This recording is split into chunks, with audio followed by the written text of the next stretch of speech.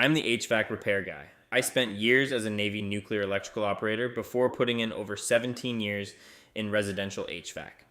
In the Navy, if something breaks, it is a mission failure. And in your home, it is a hit to your wallet. Today, we are doing a head to head on two value models people ask me about constantly: the Bryant Legacy Line and the Samsung Quantum 2.0.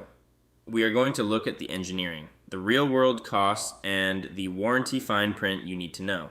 The Bryant Legacy Line is a solid, no nonsense piece of equipment manufactured in China with a coated coil and a variable speed compressor. Samsung Quantum 2.0 comes out of Thailand and also features variable speed technology and coated coils.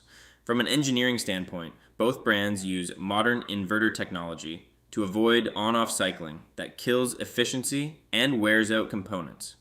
The Bryant Legacy hits a very respectable 22.4 SEER, which for a basic series is punching above its weight class. The Samsung Quantum 2.0 trails at 19.2 SEER, and that difference will show up on your utility bill if your AC runs many hours a day.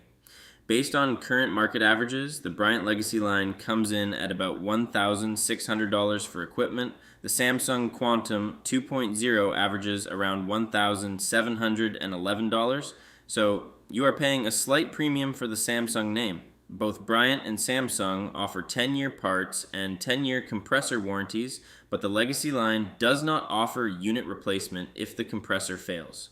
If the compressor goes, they will give you a new compressor, but you are on the hook for labor to swap it, and Samsung is the same. Samsung takes the lead for creature comforts with Wi-Fi and voice control ready to go. Bryant Legacy is more of a set it and forget it unit built to be simple and reliable without extra tech bells and whistles. Pro tip: airflow is the lifeblood of a mini split, so even slightly restricted filters can cause the evaporator coil to drop too low and ice over. If that moisture flashes into ice, you can end up with a solid block inside the wall unit, and it will stop cooling entirely. Check those filters every single month, rinse them in the sink, let them air dry, and pop them back in, as it takes 5 minutes and prevents a $200 service call. So who is the winner? While Samsung has the fancy Wi-Fi, the Bryant Legacy Line takes the verdict for higher efficiency and lower average equipment price. In the entry-level market, you want a machine that saves you money on install and the monthly bill, and the Bryant Legacy does exactly that. Don't get sold, get educated, and shop like a pro. If you want to compare these against mid-range models, head over to the head-to-head tool at HVAC for Beginners, and I will see you on the next repair.